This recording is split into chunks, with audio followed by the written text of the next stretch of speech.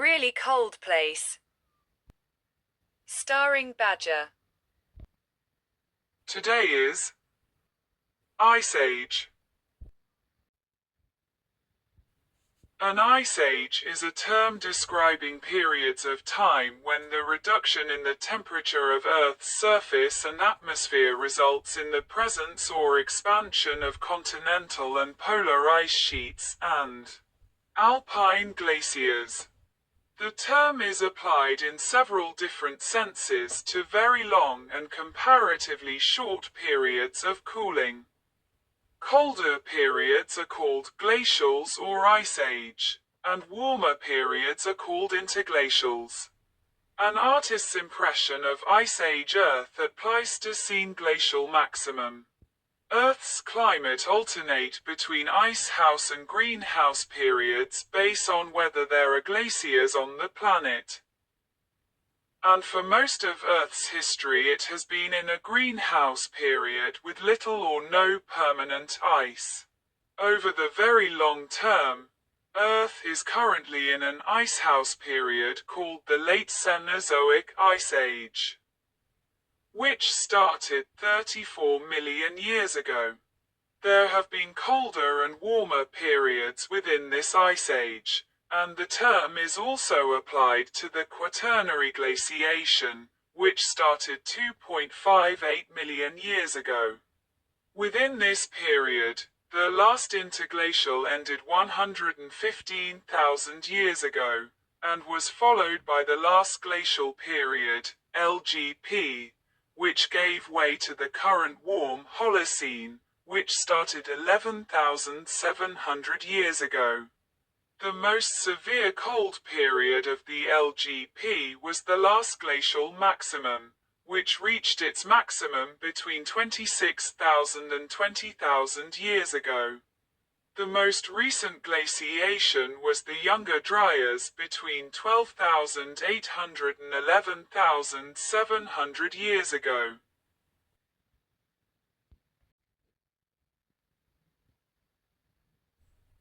In 1742, Pierre Martel, 1706 to 1767, an engineer and geographer living in Geneva, visited the valley of Chamonix in the Alps of Savoy. 2 years later he published an account of his journey. He reported that the inhabitants of that valley attributed the dispersal of erratic boulders to the glaciers, saying that they had once extended much farther. Later similar explanations were reported from other regions of the Alps.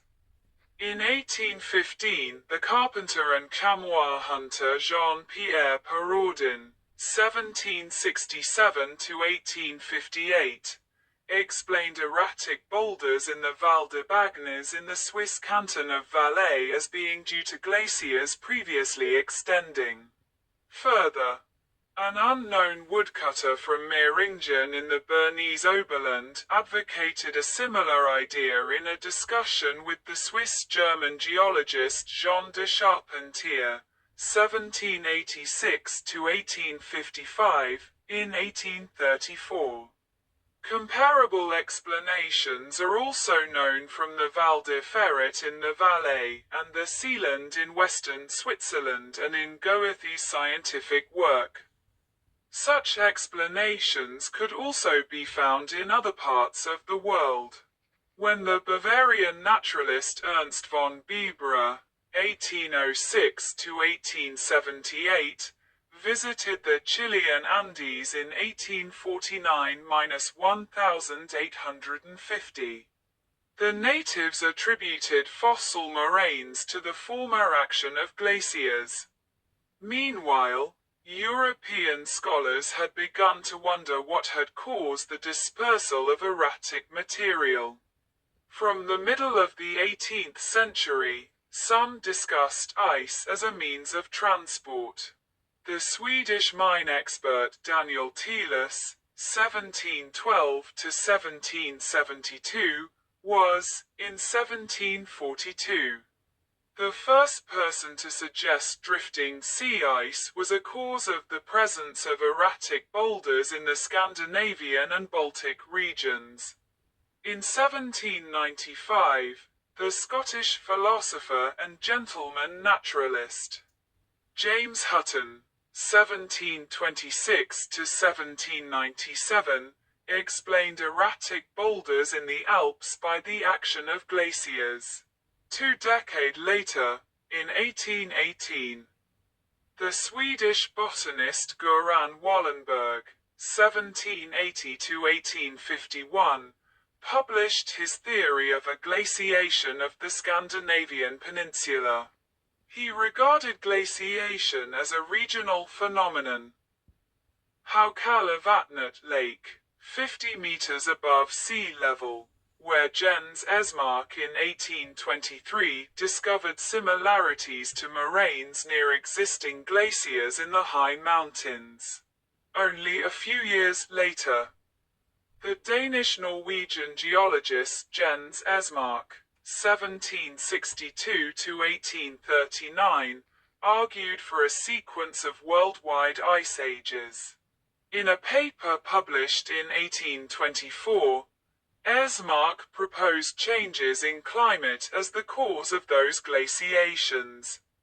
He attempted to show that they originate from changes in Earth's orbit. Esmark discovered the similarity between moraine near Haukalevatnet Lake near sea level in Rogaland and moraine at branches of Jostedalsbreen. Esmark's discovery were later attributed to or appropriated by Theodore Kjerulf and Louis Agassiz. During the following years, Esmark's ideas were discussed and taken over in parts by Swedish, Scottish and German scientists. At the University of Edinburgh, Robert Jameson, 1774 to 1854, seemed to be relatively open to Esmark's ideas, as reviewed by Norwegian professor of glaciology Bjørn G. Anderson, 1992. Jameson's remarks about ancient glaciers in Scotland were most probably prompted by Esmark. In Germany, Albrecht Reinhard Bernhardi, 1797 to 1849. A geologist and professor of forestry at an academy in Dreisigacke, since incorporated in the southern Thuringian city of Meiningen, adopted Esmark's theory. In a paper published in 1832, Bernhardi speculated about the polar ice caps once reaching as far as the temperate zone of the globe. In Val de Bagnes, a valley in the Swiss Alps, there was a long-held local belief that the valley had once been covered deep in ice. And in 1815 a local chamois hunter called Jean-Pierre Perraudin attempted to convert the geologist Jean de Charpentier to the idea. Pointing to deep striations in the rocks and giant erratic boulders as evidence, Charpentier held the general view that these signs were caused by vast floods, and he rejected Perraudin's theory as absurd.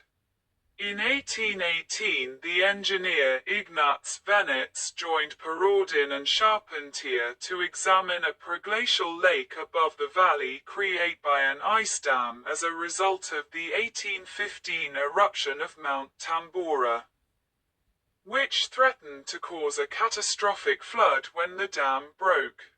Perraudin attempted unsuccessfully to convert his companions to his theory, but when the dam finally broke, there were only minor erratics and no striations, and Venetz concluded that Perraudin was right and that only ice could have caused such major results. In 1821 he read a prize-winning paper on the theory to the Swiss Society, but it was not published until Charpentier, who had also become converted, published it with his own more wide-read paper in 1834. In the meantime, the German botanist Carl Friedrich Schimper, 1803 to 1867, was studying mosses which were growing on erratic boulders in the alpine upland of Bavaria. He began to wonder where such masses of stone had come from. During the summer of 1835 he made some excursions to the Bavarian Alps. Schimper came to the conclusion that ice must have been the means of transport for the boulders in the alpine upland. In the winter of 1835 to 36 he held some lectures in Munich. Schimper then assumed that there must have been global times of obliteration, Verrodungszeiten, with a cold climate and frozen water. Schimper spent the summer months of 1836 at Devens, near Bex, in the Swiss Alps with his former university friend Louis Agassiz, 1801 to 1873, and Jean de Charpentier. Schimper, Charpentier and possibly Venetz convinced Agassiz that there had been a time of glaciation. During the winter of 1836 to 37, Agassiz and Schimper developed the theory of a sequence of glaciations. They mainly drew upon the preceding works of Venetz, Charpentier, and on their own fieldwork. Agassiz appears to have been already familiar with Bernhardi's paper at that time. At the beginning of 1837, Schimper coined the term Ice Age, Eiszeit, for the period of the glaciers. In July 1837, Agassiz presented their synthesis before the annual meeting of the Swiss Society for Natural Research at Neuchâtel. The audience was very critical, and some were opposed to the new theory because it contradicted the established opinions on climatic history. Most contemporary scientists thought that Earth had been gradually cooling down since its birth as a molten globe. In order to persuade the skeptics, Agassiz embarked on geological fieldwork. He published his book study on glaciers, Études sur les glaciers, in 1840. Charpentier was put out by this, as he had also been preparing a book about the glaciation of the Alps. Charpentier felt that Agassiz should have given him precedence as it was he who had introduced Agassiz to in-depth glacial research. As a result of personal quarrels, Agassiz had also omitted any mention of Schimper in his book. It took several decades before the Ice Age theory was fully accepted by scientists. This happened on an international scale in the second half of the 1870s, following the work of James Croll, include the publication of Climate and Time, in their geological relations in 1875, which provide a credible explanation for the causes of Ice Age.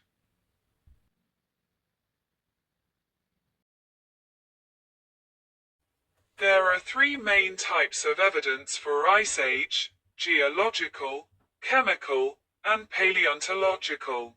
Geological evidence for Ice Age come in various forms, include rock scouring and scratching, glacial moraine, drumlins, valley cutting, and the deposition of till or tillites and glacial erratics. Successive glaciations tend to distort and erase the geological evidence for earlier glaciations, make it difficult to interpret. Furthermore, this evidence was difficult to date exactly. Early theories assumed that the glacials were short compared to the long interglacials. The advent of sediment and ice core revealed the true situation. Glacials are long, interglacials short. It took some time for the current theory to be worked out. The chemical evidence mainly consists of variations in the ratios of isotope in fossils present in sediments and sedimentary rocks and ocean sediment core.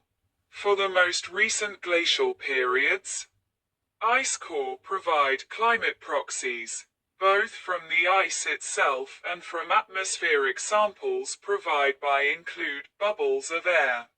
Because water containing lighter isotopes has a lower heat of evaporation, its proportion decrease with warmer conditions. This allows a temperature record to be constructed. This evidence can be confounded, however, by other factors recorded by isotope ratios. The paleontological evidence consists of changes in the geographical distribution of fossils. During a glacial period, cold-adapted organisms spread into lower latitudes, and organisms that prefer warmer conditions become extinct or retreat into lower latitudes. This evidence is also difficult to interpret because it requires 1. Sequences of sediments covering a long period of time, over a wide range of latitudes and which are easily correlated. 2.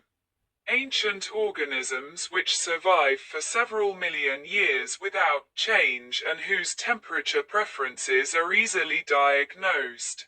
And 3. The finding of the relevant fossils. Despite the difficulties, analysis of ice core and ocean sediment core has provided a credible record of glacials and interglacials over the past few million years. These also confirm the linkage between Ice Age and continental crust phenomena, such as glacial moraines, drumlins, and glacial erratics. Hence the continental crust phenomena are accepted as good evidence of earlier Ice Age, when they are found in layers create much earlier than the time range for which ice core and ocean sediment cores are available.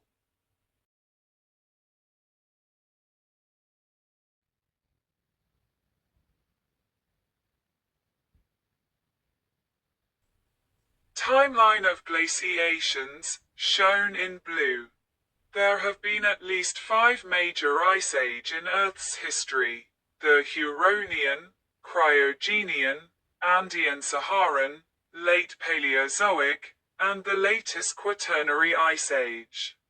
Outside this age, Earth was previously thought to have been ice-free even in high latitudes. Such periods are known as greenhouse periods. However, other studies dispute this, finding evidence of occasional glaciations at high latitudes even during apparent greenhouse periods. Ice Age map of northern Germany and its northern neighbors. Red. Maximum limit of Weichselian glacial, yellow, Saarli glacial at maximum, Drent stage, blue, Elster glacial maximum glaciation. Rocks from the earliest well-established Ice Age, called the Huronian, have been dated to around 2.4 to 2.1 billion years ago during the early Proterozoic Eon. Several hundreds of kilometers of the Huronian supergroup are exposed 10 to 100 kilometers, 6 to 62 miles, north of the north shore of Lake Huron, extending from near Sault Ste. Marie to Sudbury. Northeast of Lake Huron, with giant layers of now lithified till beds, drop stones, varves, outwash, and scoured basement rocks. Correlative Huronian deposits have been found near Marquette, Michigan, and correlation has been made with Paleoproterozoic glacial deposits from Western Australia. The Huronian Ice Age was caused by the elimination of atmospheric methane, a greenhouse gas. during the Great Oxygenation Event. The next well-documented ice age, and probably the most severe of the last billion years, occurred from 720 to 630 million years ago, the Cryogenian period, and may have produced a snowball Earth in which glacial ice sheets reached the equator, possibly being ended by the accumulation of greenhouse gases such as CO2 produced by volcanoes. The presence of ice on the continents and pack ice on the oceans would inhibit both silicate weathering and photosynthesis, which are the two major sinks for CO2 at present. It has been suggested that the end of this ice age was responsible for the subsequent Ediacaran and Cambrian explosion, though this model is recent and controversial. The Andean-Saharan occurred from 460 to 420 million years ago, during the late Ordovician and the Silurian period.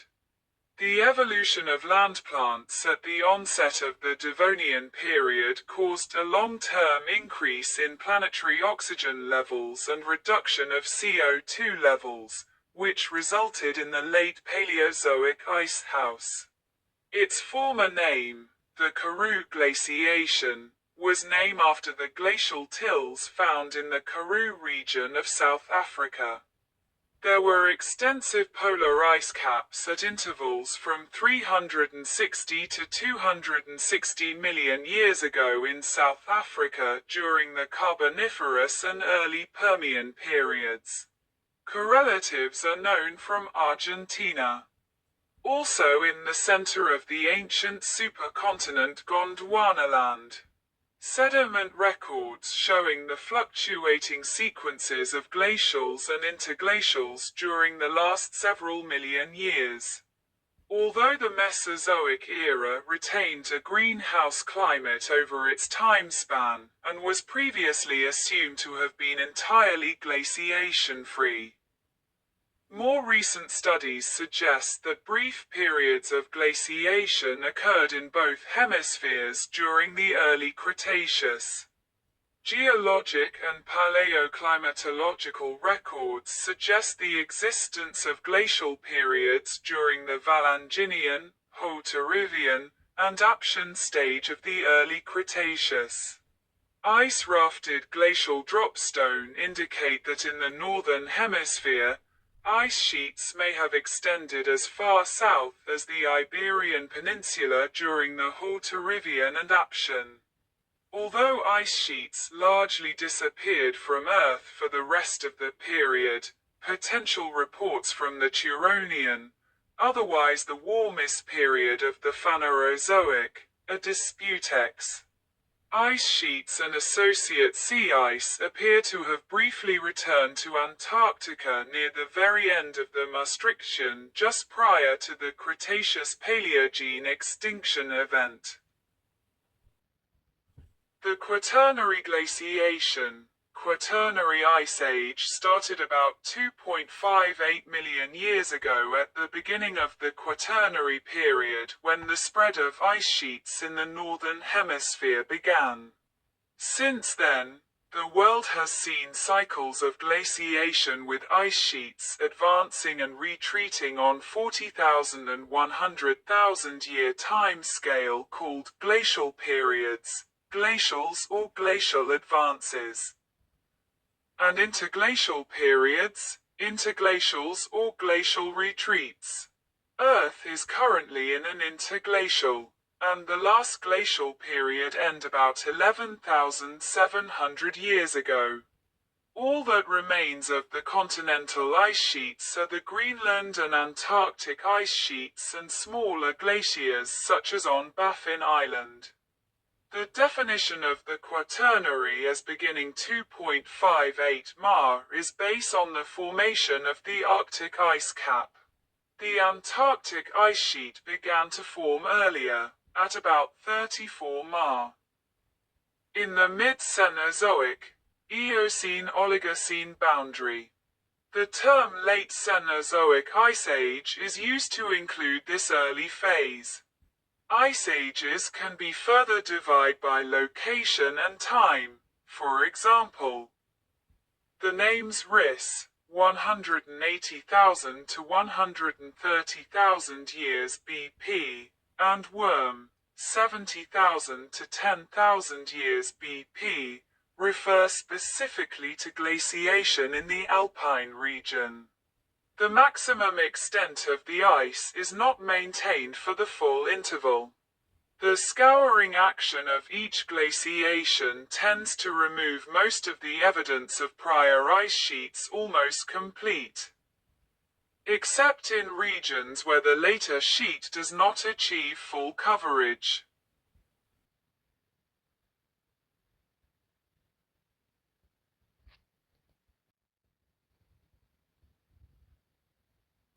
Pattern of temperature and ice volume changes associate with recent glacials and interglacials.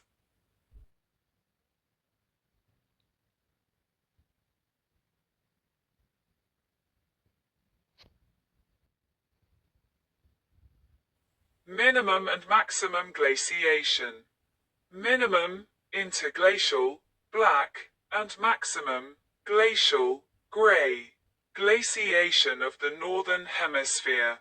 Minimum, interglacial, black, and maximum, glacial, gray. Glaciation of the Southern Hemisphere.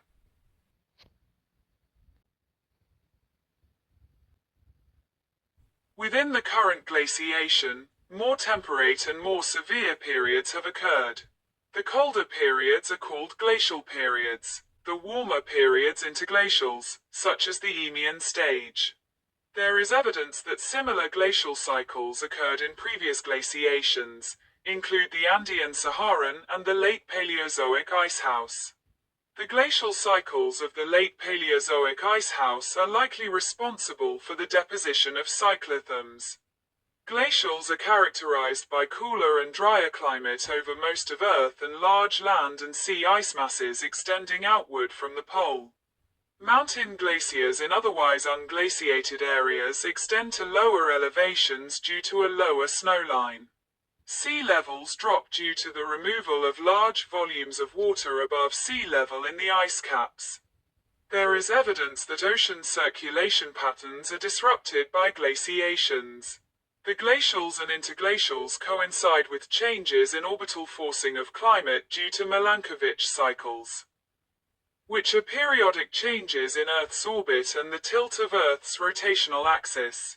Earth has been in an interglacial period, known as the Holocene, for around 11,700 years.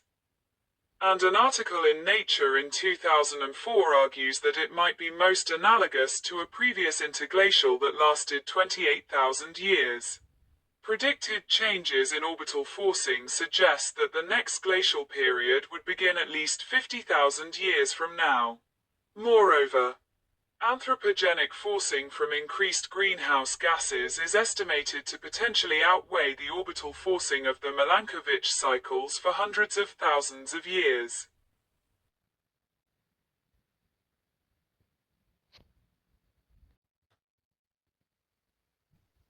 Each glacial period is subject to positive feedback mechanisms, which makes it more severe, and negative feedback which dampens the overall climate response to different types of forcing. In the case of Quaternary Ice Age, Earth's high albedo from ice sheets and atmospheric dust, as well as low concentrations of atmospheric CO2, contributed to cold glacial climate.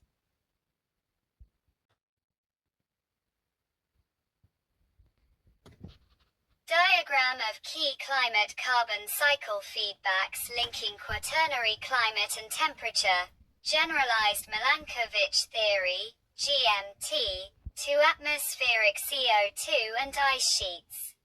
Positive feedbacks amplify and negative feedbacks dampen environmental change, with slow-acting responses shown as dashed arrows.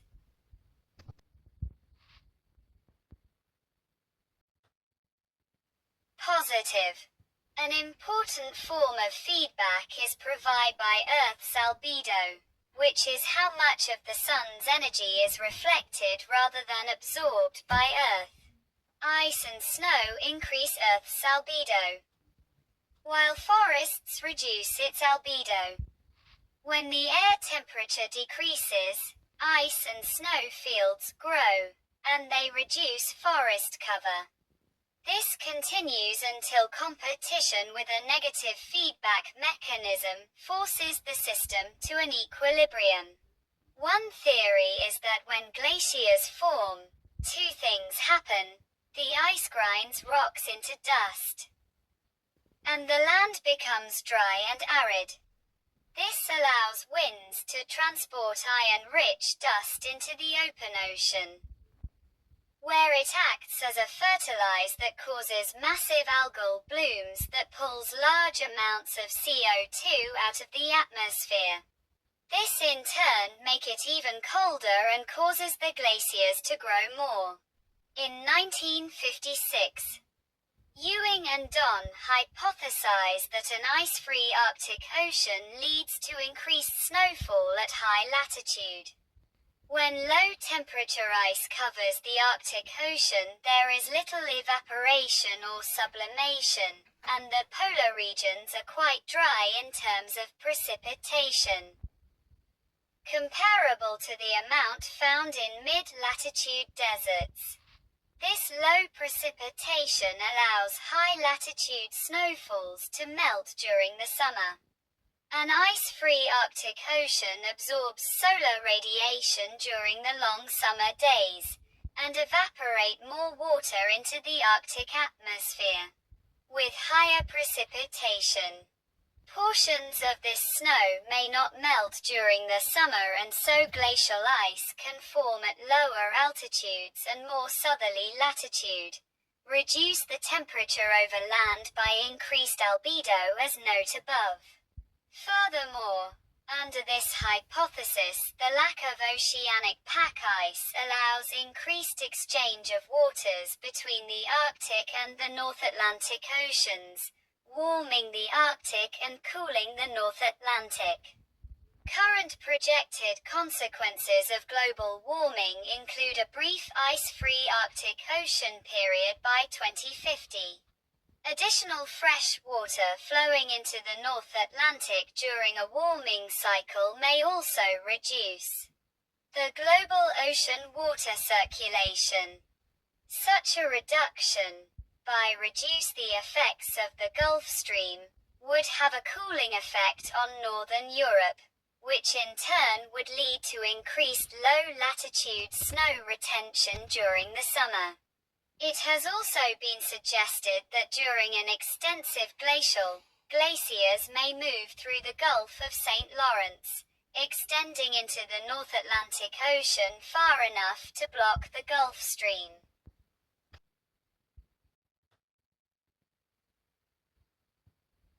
Negative.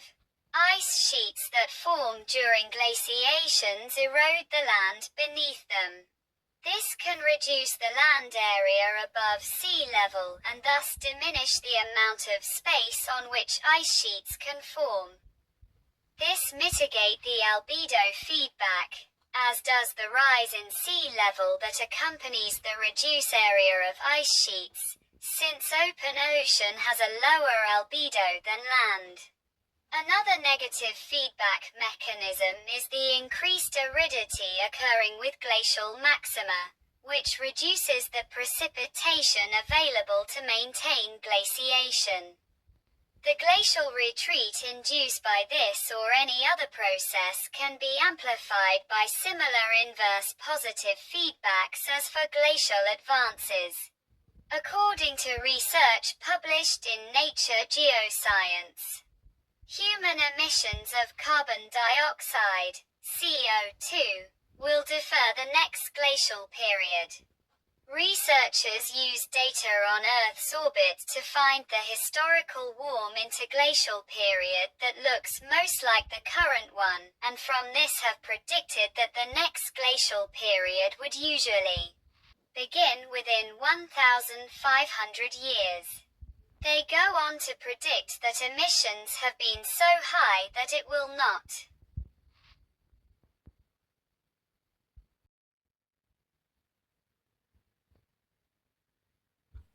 The causes of Ice Age are not fully understood for either the large-scale Ice Age periods or the smaller ebb and flow of glacial interglacial periods within an Ice Age. The consensus is that several factors are important. Atmospheric composition, such as the concentrations of carbon dioxide and methane. The specific levels of the previously mentioned gases are now able to be seen with the new ice core samples from the European Project for Ice.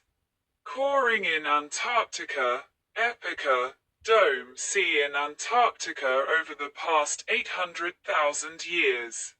Changes in Earth's orbit around the Sun known as Milankovitch cycles. The motion of tectonic plate resulting in changes in the relative location and amount of continental and oceanic crust on Earth's surface, which affect wind and ocean currents. Variations in solar output. The orbital dynamics of the Earth-Moon system. The impact of relatively large meteorites and volcanism, including eruptions of supervolcanoes. Some of these factors influence each other.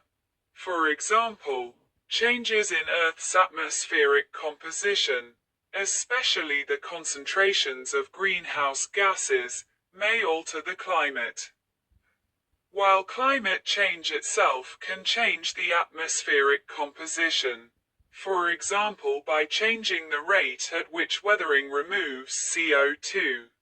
Maureen Ramo, William Ruderman and others propose that the Tibetan and Colorado plateaus are immense CO2 scrubbers, with a capacity to remove enough CO2 from the global atmosphere to be a significant causal factor of the 40 million year Cenozoic cooling trend.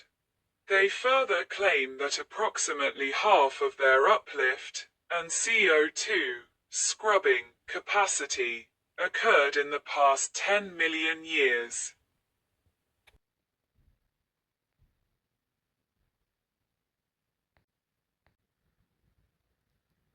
Changes in Earth's atmosphere.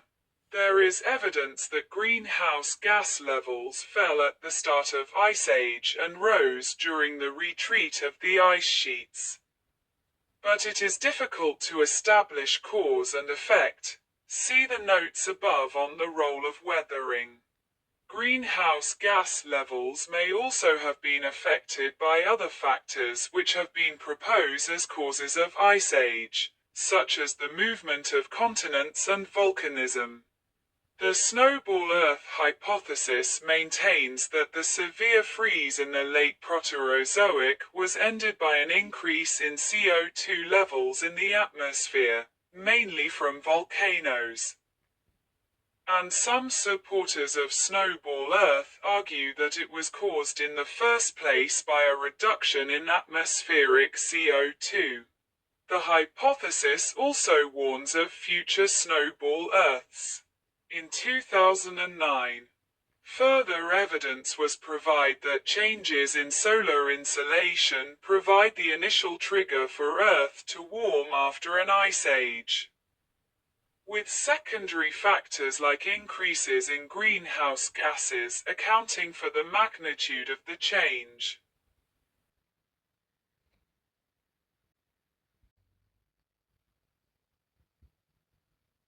Position of the continents. The geological record appears to show that Ice Age start when the continents are in positions which block or reduce the flow of warm water from the equator to the pole, and thus allow ice sheets to form. The ice sheets increase Earth's reflectivity, and thus reduce the absorption of solar radiation. With less radiation absorbed, the atmosphere cools. The cooling allows the ice sheets to grow, which further increases reflectivity in a positive feedback loop. The Ice Age continues until the reduction in weathering causes an increase in the greenhouse effect. There are three main contributors from the layout of the continents that obstruct the movement of warm water to the pole. A continent sits on top of a pole, as Antarctica does today. A polar sea is almost landlocked, as the Arctic Ocean is today. A supercontinent covers most of the equator, as Rodinia did during the Cryogenian period. Since today's Earth has a continent over the South Pole and an almost landlocked ocean over the North Pole, geologists believe that Earth will continue to experience glacial periods in the geologically near future. Some scientists believe that the Himalayas are a major factor in the current ice age. Because these mountains have increased Earth's total rainfall, and therefore the rate at which carbon dioxide is washed out of the atmosphere, decreasing the greenhouse effect. The Himalayas formation started about 70 million years ago when the Indo-Australian plate collided with the Eurasian plate. And the Himalayas are still rise by about 5 millimeters per year because the Indo-Australian plate is still moving at 67 millimeters year. The history of the Himalayas broadly fits the long-term decrease in Earth's average temperature since the mid-Eocene, 40 million years ago.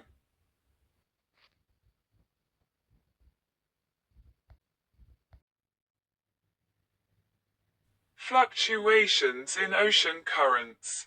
Another important contribution to ancient climate regimes is the variation of ocean currents, which are modified by continent position, sea levels and salinity.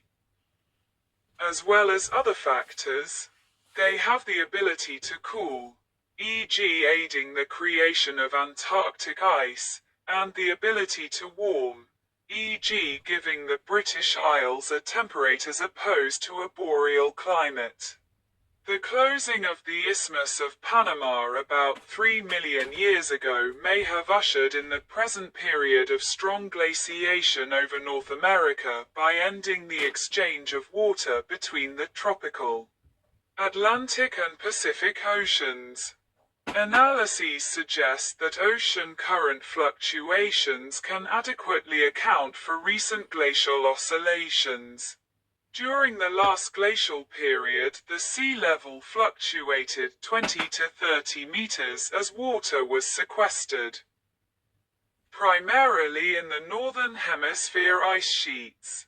When ice collected and the sea level dropped sufficiently, flow through the Bering Strait, the narrow strait between Siberia and Alaska is about 50 meters deep today, was reduced, resulting in increased flow from the North Atlantic. This realigned the thermohaline circulation in the Atlantic, increasing heat transport into the Arctic, which melted the polar ice accumulation and reduced other continental ice sheets. The release of water raised sea levels again, restoring the ingress of colder water from the Pacific with an accompanying shift to northern hemisphere ice accumulation. According to a study published in Nature in 2021, all glacial periods of ice age over the last 1.5 million years were associated with northward shifts of melting Antarctic icebergs, which changed ocean circulation patterns, leading to more CO2 being pulled out of the atmosphere. The authors suggest that this process may be disrupted in the future as the Southern Ocean will become too warm for the icebergs to travel far enough to trigger these changes.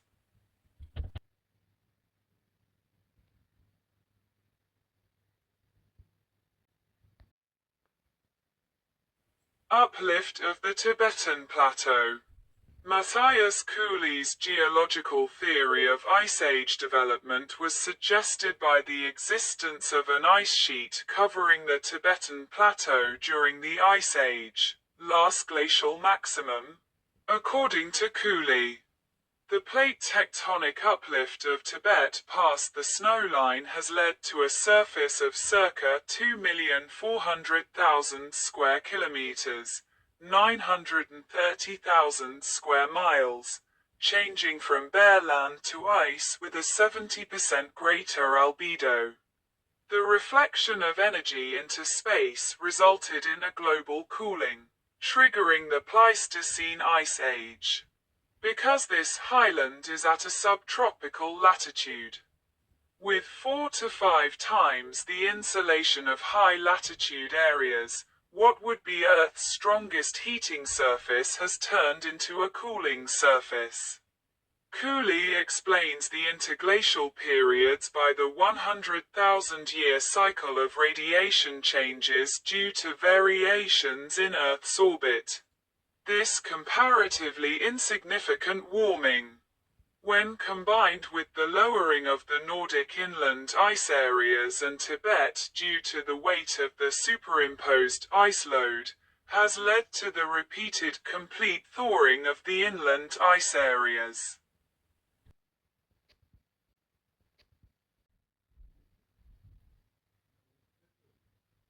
Variations in Earth's orbit. Past and future of daily average insolation at top of the atmosphere on the day of the summer solstice, at 65 N latitude. The Milankovitch cycles are a set of cyclic variations in characteristics of Earth's orbit around the Sun. Each cycle has a different length. So at some times their effects reinforce each other and at other times they, partially, cancel each other. There is strong evidence that the Milankovitch cycles affect the occurrence of glacial and interglacial periods within an ice age. The present ice age is the most studied and best understood, particularly the last 400,000 years, since this is the period covered by ice core that record atmospheric composition and proxies for temperature and ice volume. Within this period, the match of glacial, interglacial frequencies to the Milankovitch orbital forcing periods is so close that orbital forcing is generally accepted. The combined effects of the changing distance to the Sun, the precession of Earth's axis, and the changing tilt of Earth's axis redistribute the sunlight received by Earth. Of particular importance are changes in the tilt of Earth's axis, which affect the intensity of seasons. For example, the amount of solar influx in July at 65 degrees north latitude varies by as much as 22%. From 450 with M2 to 550 with M2. It is wide belief that ice sheets advance when summers become too cool to melt all of the accumulated snowfall from the previous winter. Some believe that the strength of the orbital forcing is too small to trigger glaciations, but feedback mechanisms like CO2 may explain this mismatch. While Milankovitch forcing predicts that cyclic changes in Earth's orbital elements can be expressed in the glaciation record. Additional explanations are necessary to explain which cycles are observed to be most important in the timing of glacial-interglacial periods. In particular, during the last 800,000 years. The dominant period of glacial-interglacial oscillation has been 100,000 years, which corresponds to changes in Earth's orbital eccentricity and orbital inclination. Yet this is by far the weakest of the three frequencies predicted by Milankovitch. During the period 3.0 to 0.8 million years ago, The dominant pattern of glaciation corresponded to the 41,000-year period of changes in Earth's obliquity, tilt of the axis. The reasons for dominance of one frequency versus another are poorly understood and an active area of current research. But the answer probably relates to some form of resonance in Earth's climate system. Recent work suggests that the 100K-year cycle dominates due to increased southern pole sea ice increasing total solar reflectivity. The traditional Milankovitch explanation struggles to explain the dominance of the 100,000-year cycle over the last 8 cycles. Richard A. Muller, Gordon J. F. MacDonald, and others have pointed out that those calculations are for a 2-dimensional orbit of Earth, but the 3-dimensional orbit also has a 100,000-year cycle of orbital inclination. They propose that these variations in orbital inclination lead to variations in insolation, as Earth moves in and out of known dust bands in the solar system. Although this is a different mechanism to the traditional view, the predicted periods over the last 400,000 years are nearly the same. The Muller and MacDonald theory, in turn, has been challenged by Jose Antonio Real. William Ruderman has suggested a model that explains the 100,000-year cycle by the modulating effect of eccentricity, weak 100,000-year cycle, on precession, 26,000-year cycle, combined with greenhouse gas feedbacks in the 41,000 and 26,000-year cycles. Yet another theory has been advanced by Peter Hybers, who argued that the 41,000-year cycle has always been dominant, but that Earth has entered a mode of climate behavior where only the second or third cycle triggers an ice age. This would imply that the 100,000-year periodicity is really an illusion created by averaging together cycles lasting 80,000 and 120,000 years. This theory is consistent with a simple empirical multi-state model proposed by Didier Paillard. Paillard suggests that the late Pleistocene glacial cycles can be seen as jumps between 3 quasi-stable climate states. The jumps are induced by the orbital forcing. While in the early Pleistocene, the 41,000-year glacial cycles resulted from jumps between only 2 climate states. A dynamical model explaining this behavior was proposed by Peter Ditlevsen. This is in support of the suggestion that the late Pleistocene glacial cycles are not due to the weak 100,000-year eccentricity cycle, but a non-linear response to mainly the 41,000-year obliquity cycle.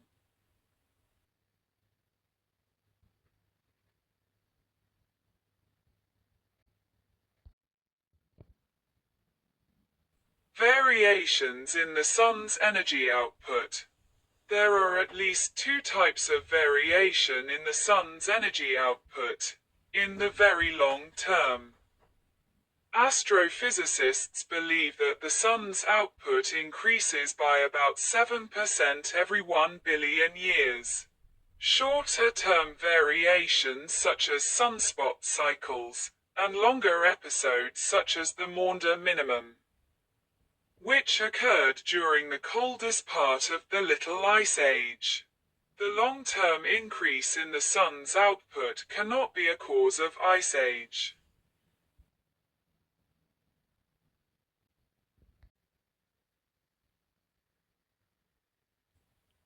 Volcanism. Volcanic eruptions may have contributed to the inception and/or the end of Ice Age periods. At time during the Paleoclimate. Carbon dioxide levels were 2 or 3 times greater than today. Volcanoes and movements in continental plates contributed to high amounts of CO2 in the atmosphere. Carbon dioxide from volcanoes probably contributed to periods with highest overall temperature. One suggested explanation of the Paleocene-Eocene thermal maximum is that undersea volcanoes released methane from clathrates, and thus caused a large and rapid increase in the greenhouse effect. There appears to be no geological evidence for such eruptions at the right time, but this does not prove they did not happen.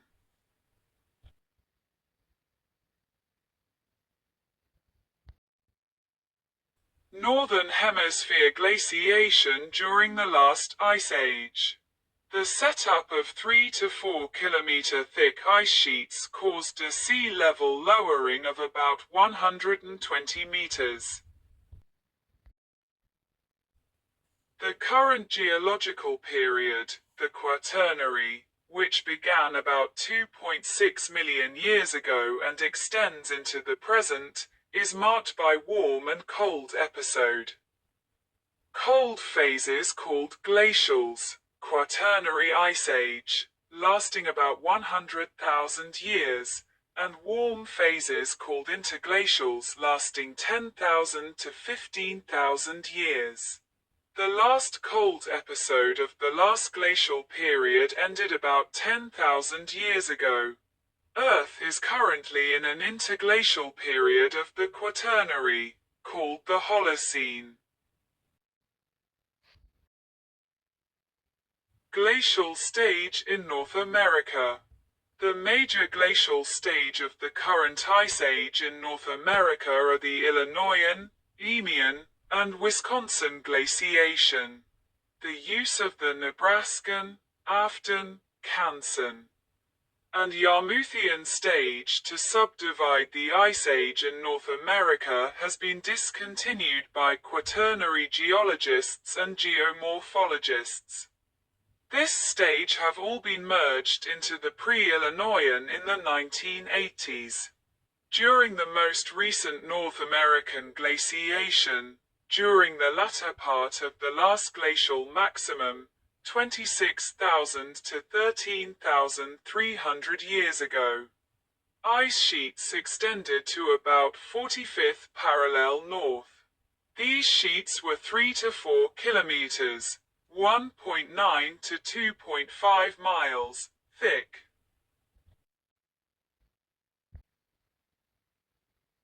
Stage of proglacial lake development in the region of the current North American Great Lake.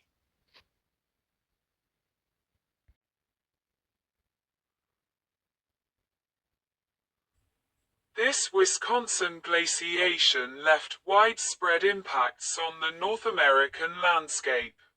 The Great Lake and the Finger Lake were carved by ice-deepening old valleys. Most of the lake in Minnesota and Wisconsin were gouged out by glaciers and later filled with glacial meltwaters. The old Tees River drainage system was radically altered and largely reshaped into the Ohio River drainage system.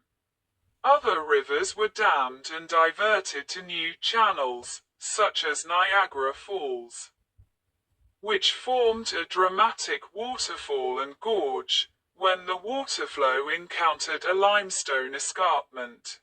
Another similar waterfall, at the present Clark Reservation State Park near Syracuse, New York, is now dry. The area from Long Island to Nantucket, Massachusetts was formed from glacial till. And the plethora of lake on the Canadian Shield in northern Canada can be almost entirely attributed to the action of the ice. As the ice retreated and the rock dust dried, winds carried the material hundreds of miles, forming beds of loess many dozens of feet thick in the Missouri Valley. Post-glacial rebound continues to reshape the Great Lake and other areas formerly under the weight of the ice sheets. The driftless area. A portion of western and southwestern Wisconsin along with parts of adjacent Minnesota, Iowa, and Illinois, was not covered by glaciers.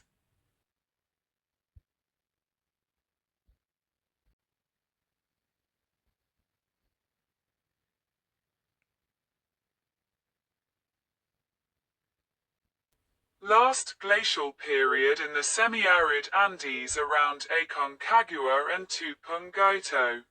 A specially interesting climatic change during glacial time has taken place in the semi-arid Andes. Beside the expected cooling down in comparison with the current climate, a significant precipitation change happened here.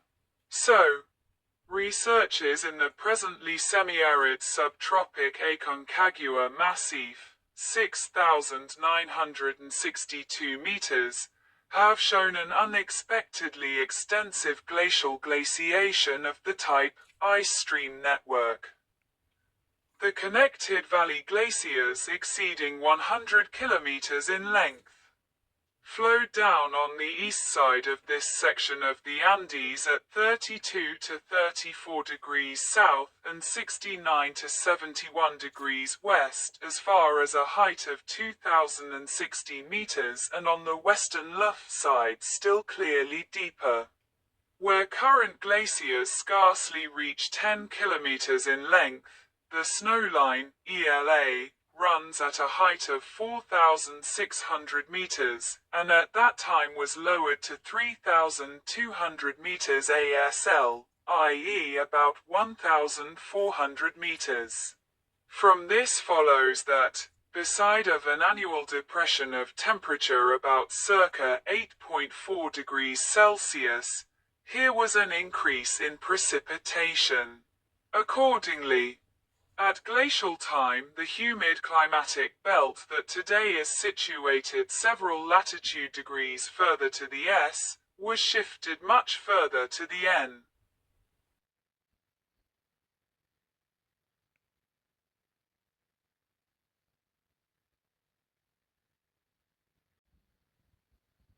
Scandinavia exhibits some of the typical effects of Ice Age glaciation, such as fjords and lake.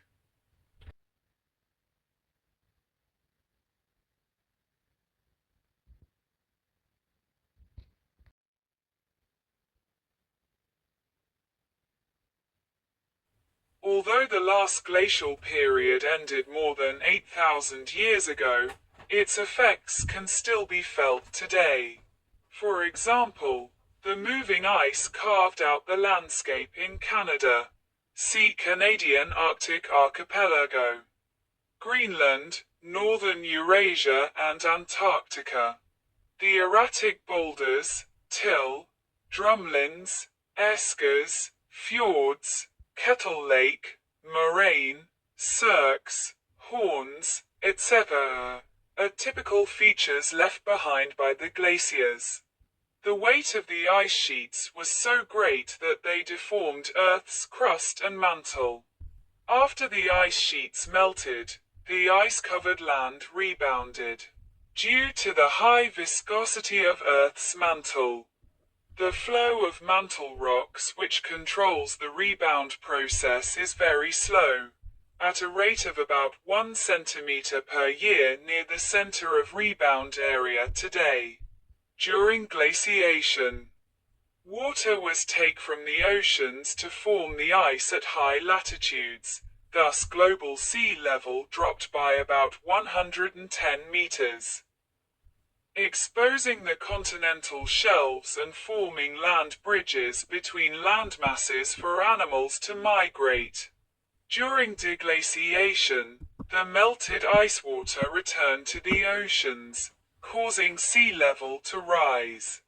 This process can cause sudden shifts in coastlines and hydration systems, resulting in newly submerged lands, emerging lands, collapsed ice dams resulting in salination of lake. New ice dams create vast areas of freshwater, and a general alteration in regional weather patterns on a large but temporary scale. It can even cause temporary reglaciation. This type of chaotic pattern of rapidly changing land, ice, saltwater and freshwater has been proposed as the likely model for the Baltic and Scandinavian regions, as well as much of central North America at the end of the last glacial maximum, with the present-day coastlines only being achieved in the last few millennia of prehistory. Also, the effect of elevation on Scandinavia submerged a vast continental plain that had existed under much of what is now the North Sea, connecting the British Isles to continental Europe. The redistribution of ice water on the surface of Earth and the flow of mantle rocks causes changes in the gravitational field, as well as changes to the distribution of the moment of inertia of Earth. These changes to the moment of inertia result in a change in the angular velocity, axis, and wobble of Earth's rotation. The weight of the redistributed surface mass loaded the lithosphere, caused it to flex and also induce stress within Earth. The presence of the glaciers generally suppressed the movement of faults below. During deglaciation, the faults experience accelerated slip triggering earthquakes. Earthquake triggered near the ice margin may in turn accelerate ice calving and may account for the Heinrich events. As more ice is removed near the ice margin, more intraplate earthquake or induce, and this positive feedback may explain the fast collapse of ice sheets. In Europe, glacial erosion and isostatic sinking from the weight of ice made the Baltic Sea, which before the Ice Age was all land drained by the Eridanos River.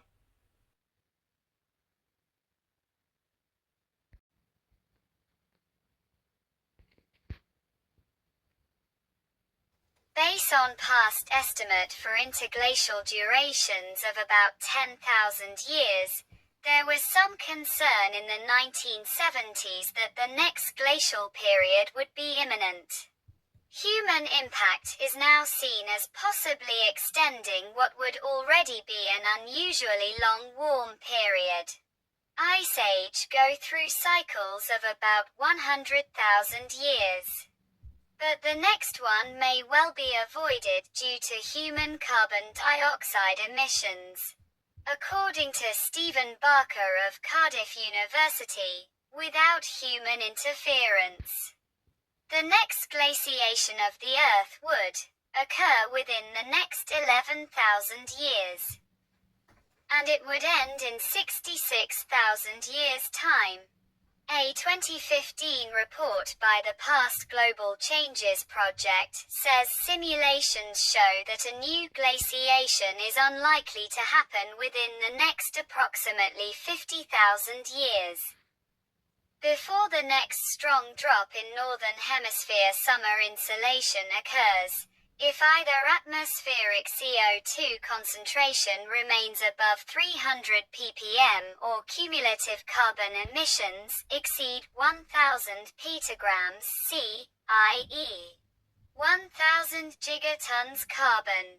Only for an atmospheric CO2 content below the pre-industrial level may a glaciation occur within the next 10 ca. Given the continued anthropogenic CO2 emissions, glacial inception is very unlikely to occur in the next 50 ca. Because the timescale for CO2 and temperature reduction toward unperturbed values in the absence of active removal is very long, IPCC 2013, and only weak precessional forcing occurs in the next 2 precessional cycles. A precessional cycle is around 21,000 years. The time it takes for the perihelion to move all the way around the tropical year.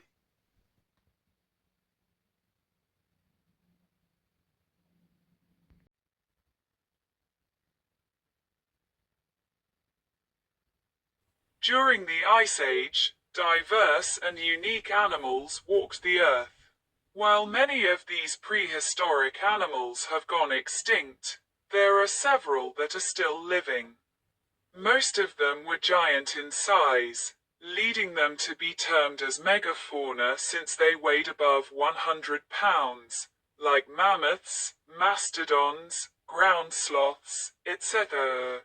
But there was also medium, deer, dire wolf, peccary, and small animals, mole, deer mouse, badger, in the era.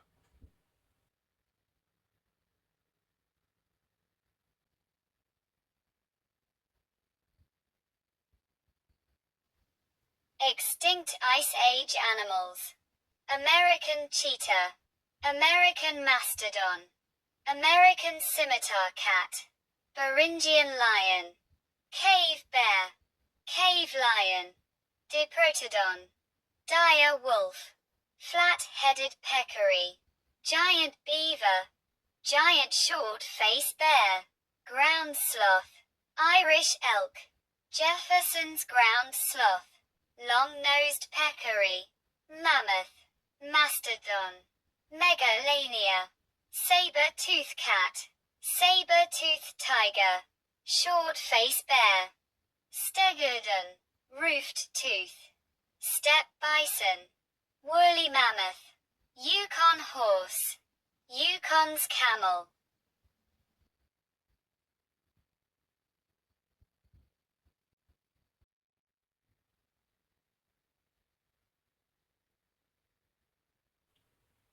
Ice Age animals that are still alive. Arctic ground squirrel, badger, gopher, wolf, ground squirrel, horse, jaguar, mole, muskox, reindeer, rat, peccary, pronghorn, rhinoceros, saiga antelope, tapir, vole, walrus, zebra, camel, deer, deer mouse, elephant, elk, fox, giant armadillo, bison.